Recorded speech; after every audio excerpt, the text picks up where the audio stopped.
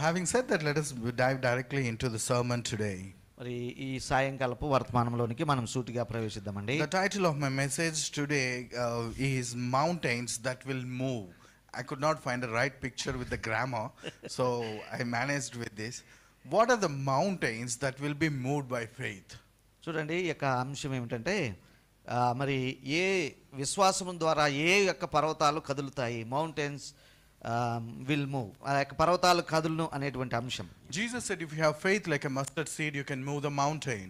మరి యేసుప్రభు వారి యొక్క బోధలో ఏం చెప్పాడంటే, మీకు ఆవగింజంత విశ్వాసం ఉన్నట్లయితే మీరు కొండను చూసి పొమ్మంటే పోతుందని చెప్పారు. But in these 2000 years, have anybody ever moved any mountain?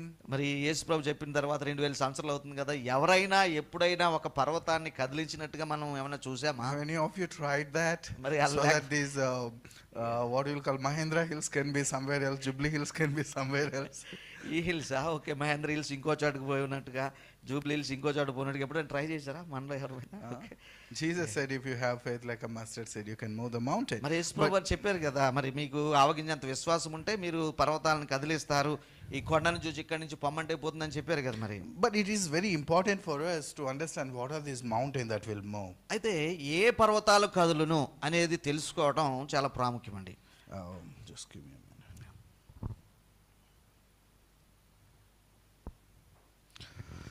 We all know the scripture that has been read to us, which is very familiar.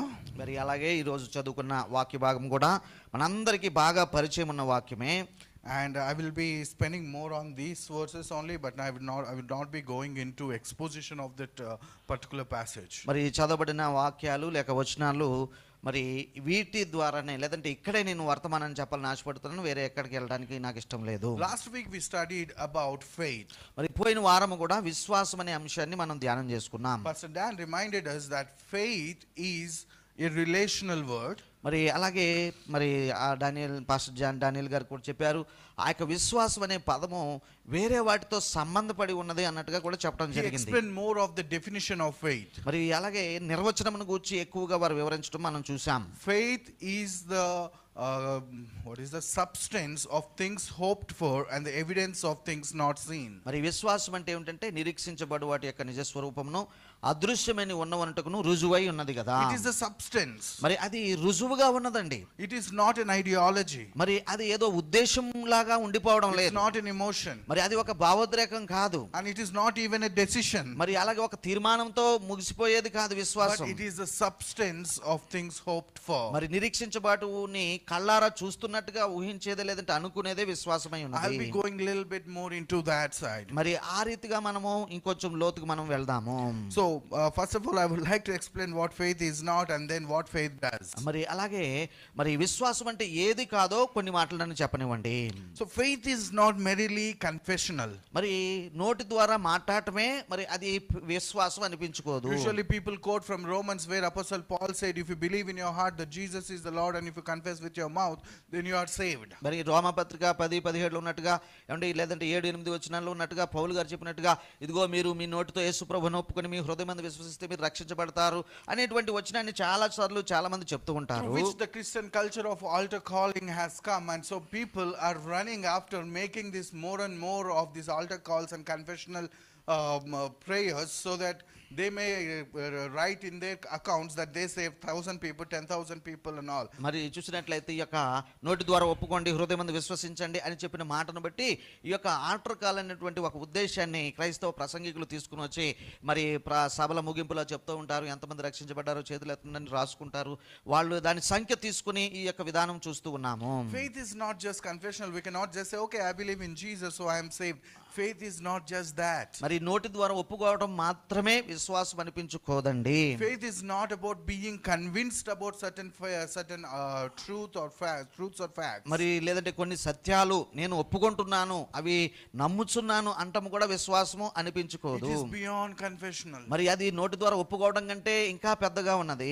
And that's why Jesus said in Matthew 7:21, he says, not everyone who says Lord, Lord, and will inherit the kingdom of God, but he who does the will of my Father only will inherit the kingdom of ఆ God. కారణమును బట్టే ప్రభువైన యేసుక్రీస్తు వారు మాట్లాడుతున్నారు కదా మత్తయి సువార్త 7:21 ప్రభువా ప్రభువా నన్ను పిలిచివాడు పరలోక రాజ్యంలో ప్రవేశింపడు గాని పరలోకమందున నా తండ్రి చిత్త ప్రకారం ఎవరైతే చేస్తారో వారే ప్రవేశిస్తారని చెప్పిన మాట మనం జ్ఞాపకం And చేసుకోవాలి. secondly, faith is not saying just I believe Yeah. is not enough. మరి చూసినట్లయితే మరి నేను నమ్ముచున్నాను అంతటితో సరిపోయేది అయిపోయేది కాదు విశ్వాసం అంటే. So faith is not confessional. Second thing is faith is not blind or irrational. కాబట్టి మరి ఏదో అస్పష్టతతోనూ ఏమండి ఆ గుడ్డిగా నమ్మటము అనేది కూడా విశ్వాసం అనిపించుకోదు. Many a times people label faith as blind belief. మరి కొన్నిసార్లు అంటారు కదా గుడ్డి నమ్మకం అండి అన్నట్టుగా కూడా ప్రజలు అంటూ ఉంటారు. They say because there is no scientific reason behind it. మరి ఎందుకంటే నీవు నమ్ముచున్న దానికి శాస్త్ర సాంకేతిక పరమైన కారణాలు ఏమీ లేవు అదొక గుడ్డి నమ్మకము అని చెప్పేవారు కూడా మనం చూస్తూ ఉంటాం.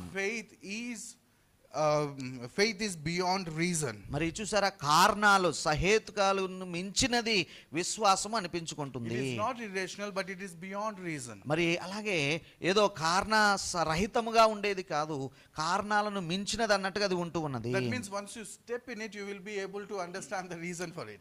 కాబట్టి ఒక్కసారి నీవు విశ్వసించడం ప్రారంభిస్తే దాని వెనుకున్న కారణం అనేది నీకు అర్థం అవుతూ ఉంటుంది. Like it's just like the marriage. మరి ఉదాహరణకు వివాహ వ్యవస్థను మనం తీసుకుందాం. Right after we got married, మరి పెళ్ళైన వెంటనే if just imagine you have a big lump sum of amount money with you. కాబట్టి ఆ వివాహమైన తర్వాత మరి నీ దగ్గర కొంచెం ఎక్కువ మొత్తంలో డబ్బు ఉంది అనుకోండి కాసేపు. And will you leave the money in home and go out freely for your work మరి when your spouse is at home? మరి అప్పుడు మీరు ఏం చేస్తారు మరి మీ యొక్క భాగస్వామి ఇంట్లో ఉండగానే ఇంట్లో ఉన్న ధనము ఆ యొక్క విషయాలన్నీ కూడా అట్లనే వదిలేసి మీరు ఆఫీస్కి వెళ్తారా? I'm talking in Indian context who got not who are not married by choice. మరి ఓకే సో మరి మరి మామూలుగా భారతీయ కుటుంబాలలో జరిగే విషయం గురించి నేను అడుగుతూ ఉన్నాను. Right? Do we leave the money trusting the newly married spouse and go? మరి కొత్తగా వివాహమైన భాగస్వామిని నమ్మి డబ్బులు అన్ని తాళాలని ఇచ్చేసి వెళ్ళిపోతారా ఉద్యోగాలకి? Gen Zs are saying no. Is that okay? Gen Zs are saying no. Okay ఎవరో ఒకరు చెప్పారు నో అని. Okay But in reality we do that. మరి అయితే నిజానికి అలాగే చేస్తాం మనం. We did not test our spouse sincerity, faithfulness. మరి వారి యొక్క నిజాయితీ ఏమిటి వారి యొక్క ఏమండి యథార్థత ఏమిటి అని మనం అప్పుడు పరిశీలనకు పెట్టాం. We believe in the marriage. మరి ఆ యొక్క వివాహ వ్యవస్థలో వచ్చిన భాగస్వామిని మనం నమ్ముతాం కదా. We believe in the promises that said I do. మరి నేను ఇది చేస్తాను అనేది ప్రమాణాలు చేస్తారు కదండి వాటిని మనం నిజంగానే చేస్తూ ఉన్నాము. That's why right after marriage even if you have a lump sum of amount you can leave that with your spouse and go. మరి అందుగురించే ఇంట్లో ఏ వస్తువులు ఉన్నా డబ్బు ఉన్నా ధనం ఉన్నట్టుగా వాటన్నిటిని అట్లనే వదిలిపెట్టి మీరు మీ ఉద్యోగాలకు మీ పనులకు మీరు వెళ్ళిపోతూ ఉంటారు. మీరు వెళ్ళిన తర్వాత and you will be able to see the faithfulness of your spouse and it will be keep growing day by day and day by day. మరి మీరు అనుకున్నట్టుగానే మీరు నమ్మినట్టుగానే ఉద్యోగానికి వెళ్తారు వస్తారు ఎక్కడ డబ్బులు అక్కడే ఉంటాయి ఎక్కడ విషయాలు అక్కడే ఉంటాయి. ఈ యొక్క నమ్మకం అనేది రోజు కన్నట్టుగా అది పెరిగిపోతూ ఉంటుంది. And it goes to such a situation it will be like your spouse will be the most comfortable person with whom you can share everything and you can entrust everything. మరి తర్వాత దినాల్లో ఈ యొక్క బంధం ఎంతగా బలపడుతుందంటే ఇక ఏ రకమైన దాపరికాలు లేకుండా మరి భాగస్వాములు ఒకరితో ఒకరు మాట్లాడుకోవటం వారికి ఉన్న విషయాలు షేర్ చేసుకోవడం అనేది జరుగుతూ ఉంటున్నట్టుగా ఆ వివాహము నమ్మకం ఏర్పడుతుంది. At the point of marriage it is irrational, it doesn't have any reason. మరి కాబట్టి ఇట్లా ఎందుకు జరుగుతుంది మనం వివరించగలమా? అది మనం వివరించలేము. At the point of wedding we don't know anything about the person properly but once the wedding is done we completely put our trust and most of us we can witness that it did not disappoint us. మరి సాంప్రదాయక వివాహ వ్యవస్థలో ఆ వ్యక్తిని గురించి ఎక్కువగా మనకు తెలియదు. వివాహం అయిన తర్వాత వారిని నమ్ముతాము అండి అట్లా అది యొక్క బంధం బలపడుతూ ఉంటుంది నమ్మకం పెరుగుతూ ఉంటుంది. That is the kind of faith Bible is talking మరి about. అట్లాంటి విశ్వాసమును గురించి ఈ యొక్క బైబిల్ గ్రంథం మాట్లాడుచూ ఉన్నది. When you just trust and take a step మరి then you will be able to find so great profound reasons behind that faith or the trust. కాబట్టి ఎప్పుడైతే ఏమండి మొదట చిన్నగా ప్రారంభించి నమ్మకంతో ప్రారంభించి అది పెరుగుతూ వస్తూ ఉన్నదో అటువంటి విశ్వాసమును గురించి బైబిల్ మనకు నేర్పిస్తూ ఉన్నది. Faith may not be proved by reason but faith becomes a lens through which you will be able to see all the reasons. మరి ఈ యొక్క విశ్వాసం అనే కళ్ళద్దాలు ధరిస్తే అన్ని కూడా చక్కగా అర్థమవుతూ ఉంటాయి తప్ప మరి ఆ యొక్క విశ్వాసం అనేది లేకుండా మిగిలిన విషయాలు ఎలాగూ వివరిస్తాము అనేది ఏమంటే అది సాధ్యము కాదు. కారణాలు చూపించాలంటే అది సాధ్యము కాదు విశ్వాసం లేకుండా. And it is not even like I said biryani in Shadabi is good, so you taste and say okay, yes, biryani is good. Not that kind of test and try God and say he is good. మరి ఏదో పలానా హోటల్లో బిర్యానీ బాగుందని ఒకరు చెప్తే మరొకరు నమ్మి అన్నట్టు అట్లాంటిది కాదండి. దేవుడు మంచివాడని మరి నమ్మటం అనే విషయము. Or when you are sick, you tried several medicines. I came and suggested a particular medicine. You just thought, okay, all these medicines are not working. Let me try this, and if it works, that is not the faith we are talking about. అలాగే మీరు అనారోగ్యంతో ఉన్నారనుకుందాం, ఎన్నో మందులను వాడుతూ ఉన్నారు, medicine వాడుతూ ఉన్నారు, ఏ ప్రయోజనం లేదు. ఎవరో వచ్చి పలానా మందు వాడండి అని చెప్పారు, అది పని చేసింది, మీరు రిలీఫ్ పొందుకున్నారు, స్వస్థత పడ్డారు. అట్లా దాని మీద మన నమ్మకం పెరుగుతుంది. అట్లాంటిది కాదు మనం మాట్లాడుకునే విశ్వాసము. Many people say we were sick, we tried many doctors, nothing worked out. At last we said, why don't we try Jesus, and we prayed and it worked out and we are healed. That is not the faith we are talking about, but we are talking about a faith where a relationship is there, and continual walking in the relationship is there, సంబంధాలతో which it grows. సంబంధాలతో ముడిపడి రోజు రోజుకు పెరుగుతూ ఏమండి ఉన్నటువంటి ఒక విశ్వాసం గురించి మనం మాట్లాడుకుంటూ ఉన్నాము. And so faith is not just trying God, మరి దేవుణ్ణి పరీక్షకు పెట్టడము విశ్వాసం అనిపించుకోదు, but trusting God in relationship. మరి ఒక సంబంధంతో ఏమండి ఆయనను నమ్మటం అనేది విశ్వాసం అనిపించుకుంటుంది. And faith is also not about believing the heart or thinking positively. మరి లేకపోతే విశ్వాసం అంటే ఏమండి ఆ యొక్క మరి పాజిటివ్గా ఆలోచించడం అది కూడా కాదు. If you are going through a problem and you said, okay, I will be, this time I decided I will believe in God, and you are praying, you are getting negative thoughts, so every thought you are suppressing hardly, and that is not faith is about. మరి మరి ఏదో సమస్య గుండా వెళ్తూ ఉన్నారు, లేదు లేదు ఈ సమస్య నాది కాదు, నేను దీన్ని అధిగమిస్తాను అనుకుంటూ ఉన్న విషయాన్ని నొక్కి పెడుతూ అండి మరి ఆ యొక్క పాజిటివ్గా మాట్లాడటం అది కూడా విశ్వాసం కింద లెక్కకు రాదు. That is just positive thinking. మరి అది పాజిటివ్ థింకింగ్ అని మనకు బాగా తెలుసు, but that is not faith. అది విశ్వాసము కింద లెక్కకు రాదు.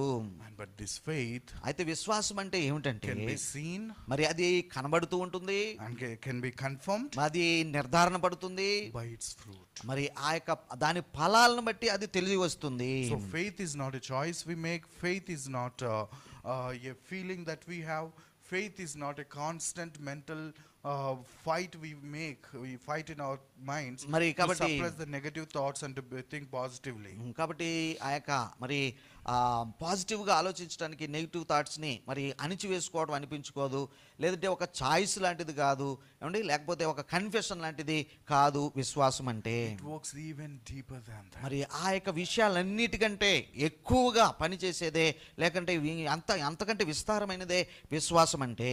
True faith is not just confess, but true faith is something that is lived out. మరి చూసారా, నోటితో ఒప్పుకోవడం మాత్రమే కాదు, చర్యలలో లేదంటే ఆచరణలోనికి వచ్చేదే అసలు సిసలు విశ్వాసము. That is what author of Hebrews was speaking about here, and he had given very huge list of examples. మరి చూసారా, ఆ యొక్క హెబ్రీ గ్రంథకర్త ఎంతో ఎక్కువైనటువంటి ఉదాహరణలతో ఆ విశ్వాసం గురించి వివరించడం మనం చదువుకుని ఉన్నాము. We call them heroes of faith. మరి వారిని విశ్వాస వీరులని మనం పిలుస్తాం కదా, because these are the people, they put their faith in deeds. మరి ఎందుకంటే ఈ యొక్క వ్యక్తులు ఏమంటే మరి వారి యొక్క విశ్వాసాన్ని కార్యాల్లో చూపించారు. అది and James says that faith without works it is dead. మరి అలాగే యాకోబు పత్రికలో మనం చదువుతూ ఉంటాం, మరి దాని సందర్భంలో చదువుతూ ఉంటాం ఏమిటంటే మరి క్రియలు లేని విశ్వాసము మృతము అనేటువంటి విషయాన్ని కూడా మనం చదువుతూ ఉంటాము. Most of the time the discussion goes faith is important or the deeds are important, but in reality is about the deeds that are motivated by faith are important. చూసారా, ఇక్కడ మరి విశ్వాసం ఉండాలా క్రియలు కావాలా అనేటువంటిది ఒక డిస్కషన్ లేదంటే చర్చ ఎప్పుడూ జరుగుతూ ఉంటుంది. అయితే విశ్వాసముతో కూడిన ఆచరణయే అసలు సిసలు విషయం లేదంటే కావలసిన విషయం అనేటువంటిది గమనించాలి. That is what the author of Hebrews giving us example. By faith Yeah. These people did that. By faith, these people did this and that. And he gave a huge list. మరి అలాగే ఈ యొక్క Hebrew గ్రంథకర్తను మనం చూస్తే విశ్వాసమును బట్టి వారు ఈ కార్యమును చేశారు, విశ్వాసమును బట్టి వారు ఈ పని నెరవేర్చారు అనేటువంటి యొక్క జాబితాను చాలా మరి సవివరంగా హెబ్రీ గ్రంథకర్త మనకి ఇస్తూ ఉన్నారు. By faith, people made possible the things which are impossible. మరి అసాధ్యమైనటువంటి కార్యములను విశ్వాసమును బట్టి వారు చేయగలిగినారు, వారు అంటే చూపించగలిగినారు. That's what he explained from verse 29 to 31. మరి 29వ వచనము నుండి 31వ వచనం వరకు ఆ విషయాలనే మనం చూసుకుంటూ వస్తూ ఉన్నాము. By faith they crossed the Red Sea మరి విశ్వాసమును బట్టి వారు ఎర్ర సముద్రమును దాటినారు.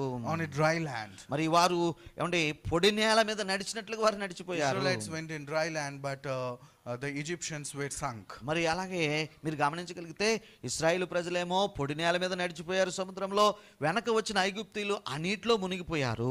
Here the faith is not merely belief, it is the trust that moved into action despite impossible odds. మరి చూసారా, మరి మన ముందు ఉన్నటువంటి ఆటంకములు ఎంత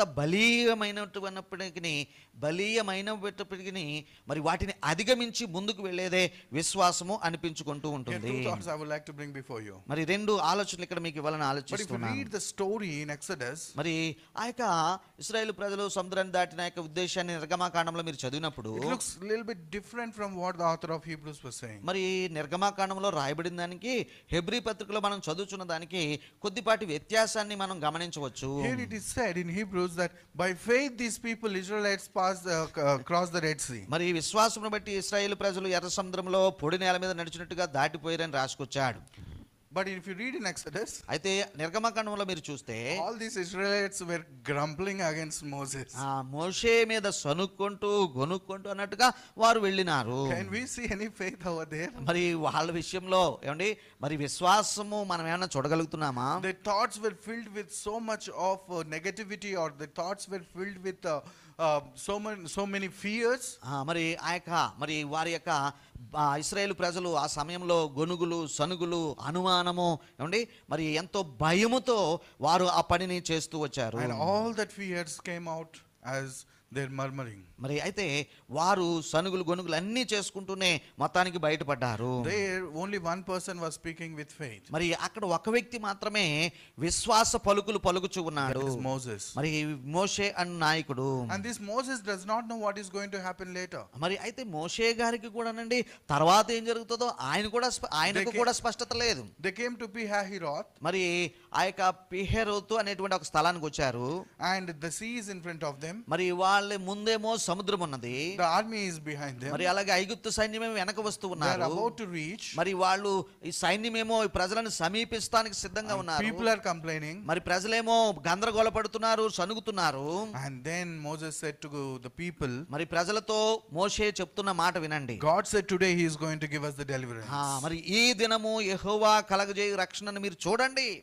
And you will see these Egyptians no more in your lives. మరి మనల్ని ఎవరైతే ఇబ్బంది పెడుతున్నారో లేదంటే తరుముచున్నారో ఈ ఐగుప్తీయులను ఇక మీదట మీరు చూడరని కూడా చెప్పేశాడు. He spoke something with faith. మరి ఈ విశ్వాస పలుకులు ఆయన పలికినాడు. And the moment he said that, మరి అలాగూ పలికిన వెంటనే the Lord intervenes and says, "What, Moses, what are you doing? Why are you sitting still?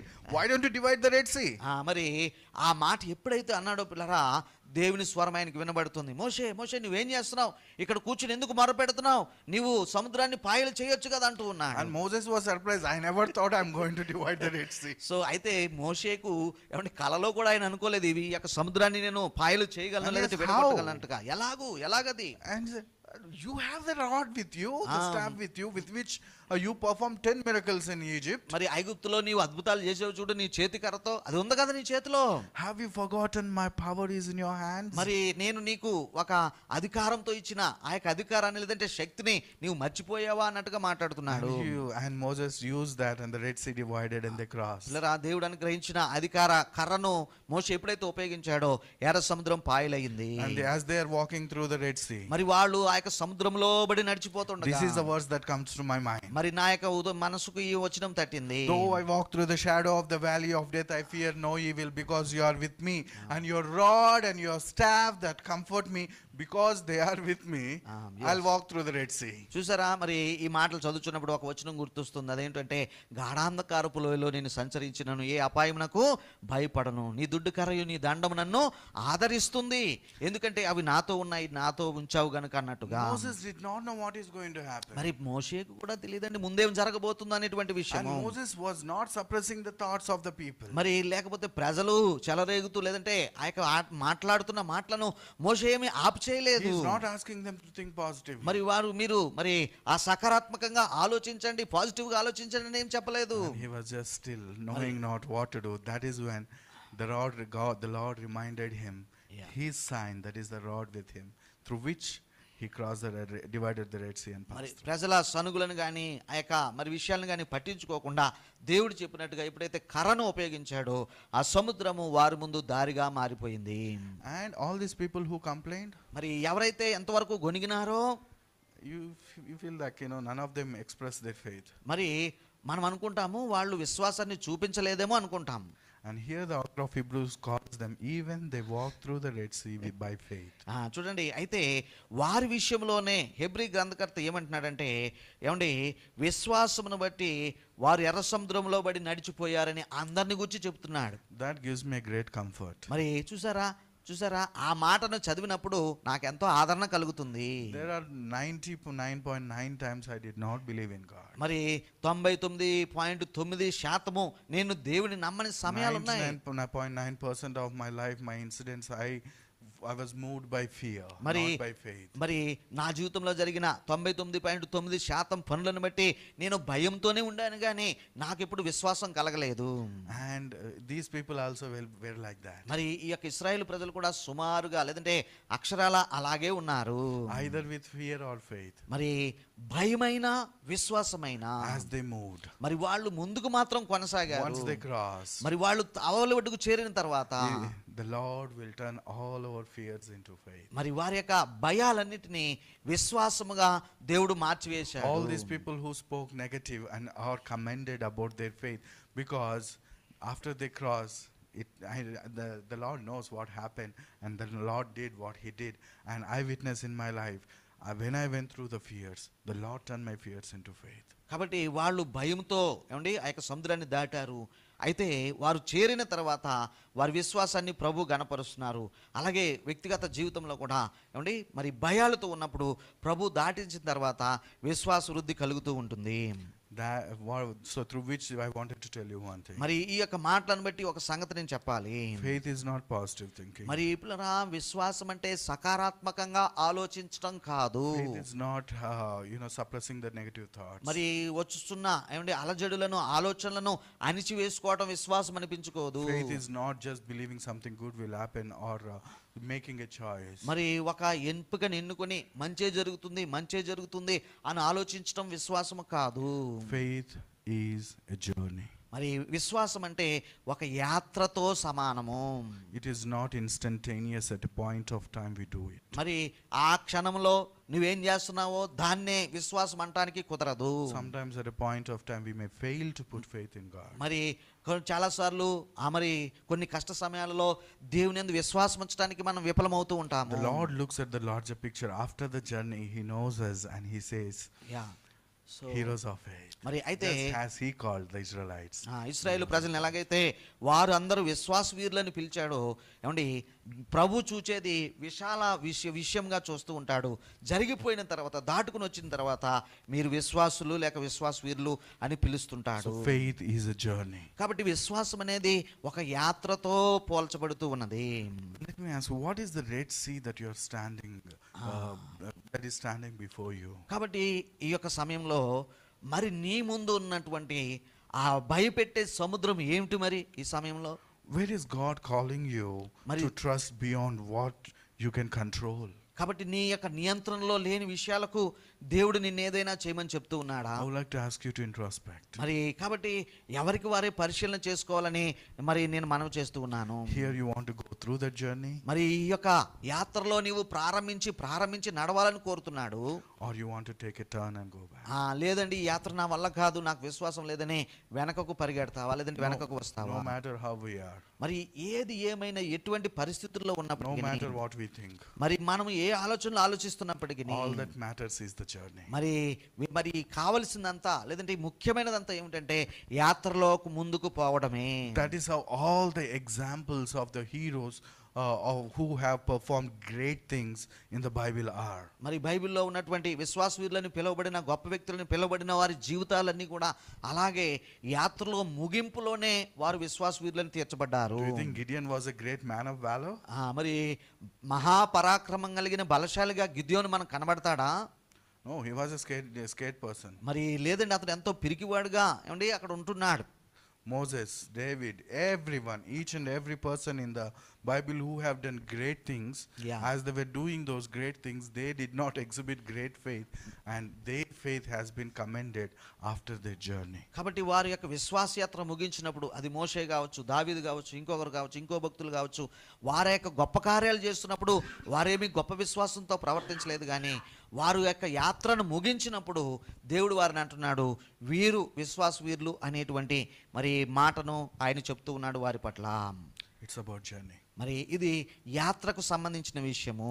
And the author of Hebrew gives other examples as well. మరి మిగిలిన ఉదాహరణలు కూడా మరి ఈ యొక్క హెబ్రీ గ్రంథకర్త మనకు తెలియజేస్తూ ఉన్నాడు. You know, these modern days, wherever we go to church, we talk about faith and we say, by faith we are going to get healing, by faith we are going to be rich, by faith we are going to get a job, by faith we are going to do this, we are going to do that, by faith we accomplish everything, we will exceed and succeed in our lives. మరి కాబట్టి ఈ రోజున ఏ క్రైస్తవ వర్తమానాన్ని చూసినా, ఏ సంఘంలో వర్తమానం విన్నా ఎలా చెప్తున్నారంటే, విశ్వసించు నీకు ఉద్యోగం వస్తుంది, విశ్వసించు నీకు స్వస్థత వస్తుంది, విశ్వసించు నీకు మంచి జరుగుతుంది అన్నటువంటి వర్తమానాలే మనం వింటూ ఉన్నాం కదా. మరి if you did not exceed, that means you don't have faith. These are the words that we are hearing around. మరి చుట్టూ పట్ల వినపడుచున్న మరి ఆ యొక్క మాటలు ఏమిటంటే, నువ్వు పొందుకోలేదా నీకు విశ్వాసం లేదు, నువ్వు స్వస్థపడలేదా నీకు విశ్వాసం లేదు, నువ్వు ఇంకా ఆశీర్వదింపబడలేదా నీకు విశ్వాసం లేదు అని అంటున్నారు కదా. మరి the author of Hebrews knows us that we are going to do this. That's why he wrote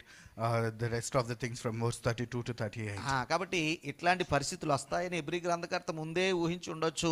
అందుకనే కొంతమంది యొక్క ఉదాహరణలు కూడా ఇక్కడ రాయటం జరిగింది. We need to understand God's approval does not always mean earthly deliverance. Sometimes it means enduring a greater suffering, and which leads us to glory. కాబట్టి చూసినట్లయితే మరి కొంతమంది విషయంలో గొప్ప శ్రమల గుండా నడిచి వెళ్ళి దానిని సహించటం లేక భరించటమే విశ్వాసం అనిపించుకుంటుందన్న ఉదాహరణలు కూడా ఇక్కడ మనం చూస్తూ ఉన్నాము. The heroes of faith endured suffering not because lack of faith, but because they have faith. మరి ఈ యొక్క విశ్వాస వీరులు కొంతమంది కొన్ని చాలా ఇబ్బందికరమైన పరిస్థితుల గుండా, గొప్ప బాధల గుండా వారు వెళ్ళి సహించగలిగారు. ఎందుకంటే వారు విశ్వాసం లేనందుకు వాటి గుండా వెళ్ళలేదు, విశ్వాసం ఉన్నందుకే వారు ఆ కష్ట పరిస్థితుల గుండా వెళ్ళినారు.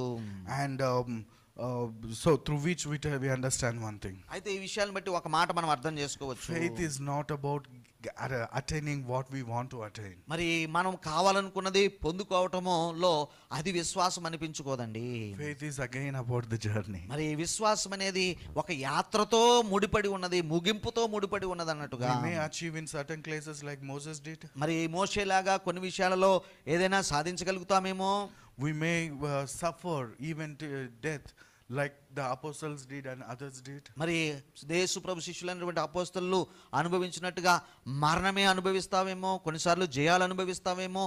ఇవన్నీ కూడా విశ్వాస యాత్రలో ఉన్నవి. So faith is not about what the end result is. కాబట్టి ముగింపులో ఏ ఫలితం వస్తుందో దానిని బట్టి మన విశ్వాసం నిర్ధారింపబట్టలేదు, లేదంటే ముగింపులో వచ్చే ఫలితమే విశ్వాసం అనిపించుకోదు. But faith is the journey. మరి అయితే విశ్వాసం అనేది ఈ యాత్ర అంతటితో ముడిపడి ఉంటుంది. There is a great example in the Bible. మరి దాని గురించి గొప్ప ఉదాహరణలు మనం బైబిల్ గ్రంథంలో చూస్తున్నాము. We read it in the book of Daniel. మరి దానియేలు గ్రంథంలో మనం చూసినట్లయితే Shadrach, Meshach and Abednego. మరి షద్రకు, మేషకు, అబేద్నెగో అనే వ్యక్తులను మనం చూస్తున్నాము. They were commanded to worship Nebuchadnezzar's statue. మరి వాళ్ళు ఒక సందర్భంలో నెబుకద్నెజరు రాజు నిలవబెట్టిన ప్రతిమకు పూజ చేయాలని బలవంత పెట్టబడ్డారు. What did they say? మరి వాళ్ళు ఏమన్నారండి ఆ No, సమయంలో? we are not going to do that. మరి మేము ఆ పనిని చేయలేము. We know our Lord is going to rescue us. మరి మా దేవుడు మమ్మల్ని రక్షించే సమర్థుడని మాకు తెలుసు. And even if He did not rescue us also, we are not going to bow down, but we are going to be faithful to our Lord. It's not about what we are going to attain later. It's about we walking with our Lord even through the fire. మరి కాబట్టి అక్కడ రాయబడిన మాటలు మనం గమనించవచ్చండి. ఒకవేళ ఆయన రక్షించబడకపోయినను రాజా తమరు నిలవబెట్టించిన ప్రతిమకు మేము మాత్రం నమస్కారము చెయ్యము, మొక్కము. ఎందుకంటే వాళ్ళు చూసింది ఏమిటంటే ఆ సమయంలో వచ్చే శ్రమను చూడలేదు, కానీ వారు ప్రభుతో వారి యొక్క సంబంధాన్ని ఉంచుకోవాలని మరి దానిని కోరుకున్నారు. It's not about what they receive, but it's about with whom they do walk. మరి చూసారా, వాళ్ళు ఏ శిక్షకు గురి చేయబడ్డారనేది కాదు, కానీ ఎవరితో వారు నడుస్తున్నారు, ఎవరితో వారికి సంబంధం ఉన్నది అనేటువంటిదే వారు చేయగలిగిన లేదంటే వారు చూపించిన విశ్వాసము. And many a times, I said a title, mountains that will move, and I need to come back to that. So many a times we struggle in our own lives. We will be facing many mountains. మరి పర్వతాలు లాంటి ఏమంటే విషయాలు ఏమంటే మనం జీవితాల్లో ఎదుర్కొంటూ ఉంటాం కదా ఏమండి. మరి మన అంశమే అది కదా, మౌంటైన్స్ విల్ మూవ్ అనేటువంటి అంశాన్ని మనం చర్చిస్తూ ఉన్నాం కదా. Here the words of Jesus give us great joy to us. మరి యేసు ప్రభు వారి యొక్క కొన్ని మాటలు మనం గమనిస్తే గొప్ప ప్రోత్సాహం మనకు కలుగుతూ ఉంటుంది. And if you have faith like a mustard seed, you will move the mountain. యేసు ప్రభు చెప్పినారు, మీకు ఆవగింజంత విశ్వాసం ఉన్నట్లయితే ఈ కొండను చూచి పొమ్మంటే పోవును అన్న మాటలు. What is the mountain that will be moved? మరి ఏ రకమైన కొండ అక్కడ కదిలిపోవును? I don't think that mountain is talking about Himalayas. మరి హిమాలయాల లాంటి భౌతిక పర్వతాలు అని మాత్రం దాని అర్థం కాదని నేను అనుకుంటున్నాను. Not even spiritually the problems that we will face. మరి అలాగే లేకపోతే మనం అనుకున్నట్టుగా ఆధ్యాత్మికంగా మనం ఎదుర్కొనలేని గొప్ప సమస్యలే పర్వతం అని దాని అర్థం కాదు. You know what those mountains are? ఆ యొక్క పర్వతాలు లేక కొండలంటే ఏమిటి తెలుసా? Ourselves. మనమే ఆ కొండలం. When we have faith, మనకు ఆ యొక్క విశ్వాసం కలిగినప్పుడు we will be moved. మరి మనము ఒక స్థానం నుండి మరొక స్థానానికి మార్చబడతాము. When we have faith, మనకు విశ్వాసం ఉన్నప్పుడు the Himalayas won't change. It will change me so that I can climb on top. కాబట్టి హిమాలయాలు అక్కడే ఉంటాయి, వాటి స్థానంలో ఉంటాయి. కానీ నేను మారినప్పుడు వాటిని ఎక్కగలననే విశ్వాసం నాలో ఉన్నప్పుడు, నేను మారినప్పుడు వాటిని ఎక్కుతాను. When we are walking with faith, మరి విశ్వాస నడకలో మనం ఉన్నప్పుడు many are the mountains that may be in front of us. మరి మన ముంద అనేకమైనటువంటి ఆటంకాలు ఉండవచ్చును గాక.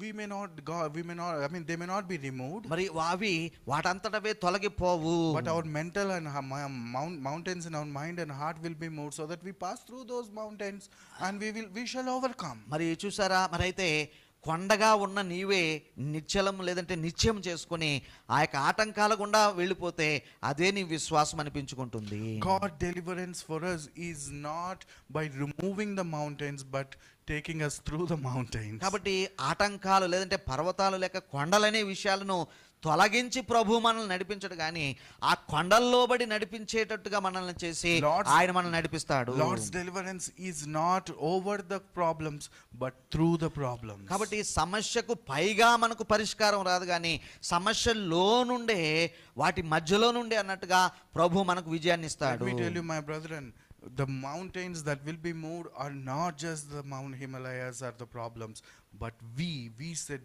big mountains in front of us that God helps us to remove by our faith, and then we shall overcome. కాబట్టి ఆ యొక్క పర్వత హిమాలయాలు ఏమండి ఇంకొక సమస్యలో అడ్డంకులో పర్వతాలు కాదు కానీ కొండలు కాదు, కానీ మనమే ఆ యొక్క కొండలుగా ఉంటున్నాము.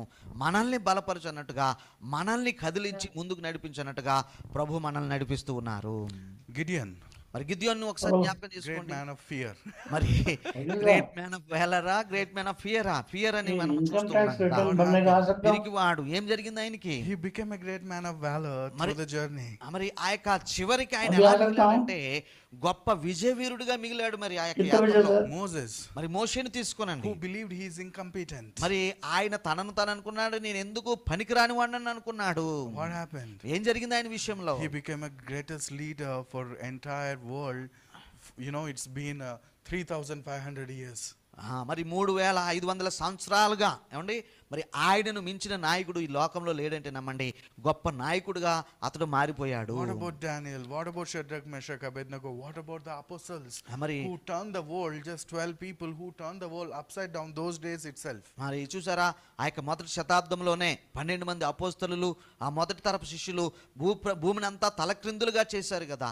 దానియేలు సంగతి ఏమిటి, షద్రకు మేషకు అబేద్నెగో సంగతి ఏమిటి మరి? And these apostles were killed by the Romans. At the end, what happened? In the Roman kingdom, on top, the Peter's statues are there. Peter, more or less, Peter is representing entire Roman world today.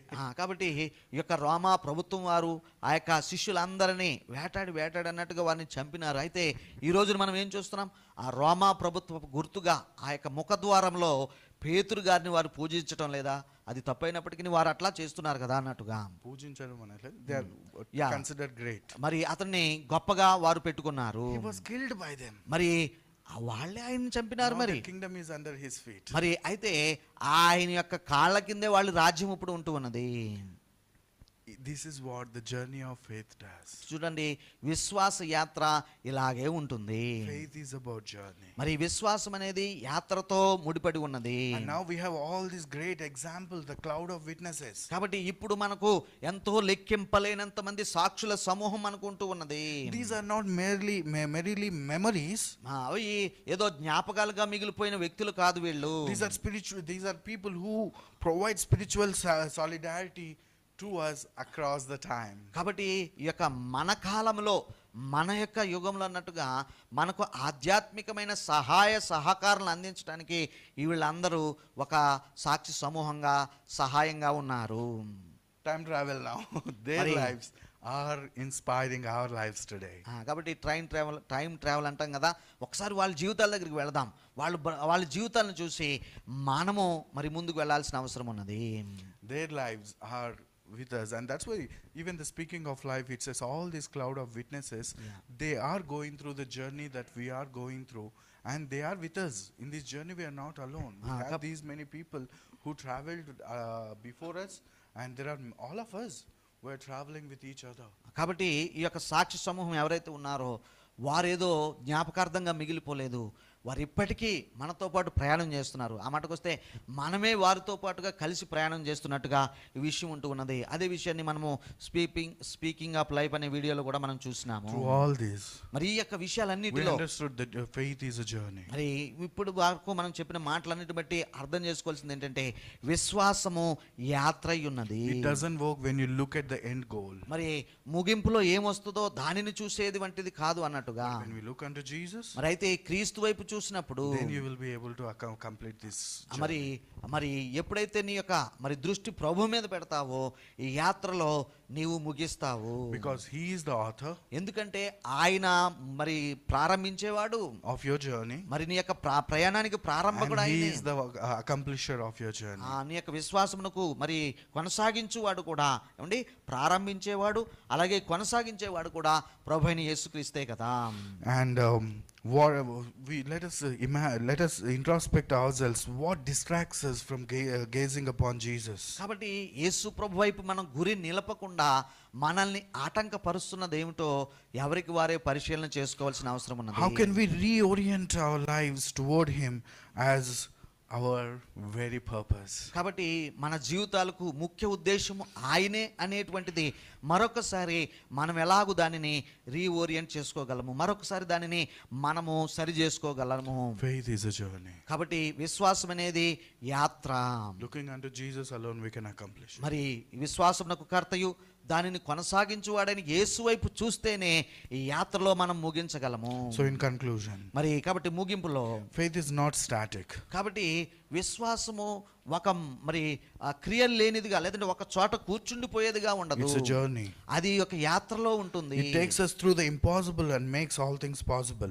కాబట్టి అసాధ్యాల గుండా మనల్ని నడిపిస్తూ మరి అసాధ్యాలను సుసాధ్యాలుగా చేసేదే విశ్వాసము. We are called to run with endurance, not alone but surrounded by the faithful examples and led by Christ. మరి యేసు ప్రభు ముందుండి సాక్షుల సమూహం వారితో పాటు వెంబడిస్తున్నట్టుగా ఈ యొక్క యాత్రలో మనం ఒక్కరమే కాదు కానీ వీళ్ళందరితో కలిసి మనం కూడా కొనసాగమని ప్రోత్సహింపబడుతూ ఉన్నాము. The cross we bear in this journey is not the end. మరి కాబట్టి ఈ యొక్క మరి యాత్రలో మరి ఆ Cross means suffering and struggles we face. This is not the end. మరి ఈ రోజున మనము ఏదైతే ఇబ్బందికరమైన పరిస్థితులు శ్రమల గుండా వెళుతున్నామో అవే ముగింపు కాదండి. It is only the path to the glory. మరి ఇవి ఈ రోజున మనం నడుస్తున్న యాత్ర, మన మార్గము, మన కష్టాలు ఏమండి మహిమను పొందుకొనుటకు మన యాత్రలో ఉన్నామన్న దానికి సూచన అయి ఉన్నవి. May the Lord richly bless you. మరి దేవుడు ఈ వాక్యములను లేక మనను దీవించును గాక. ఆమేన్.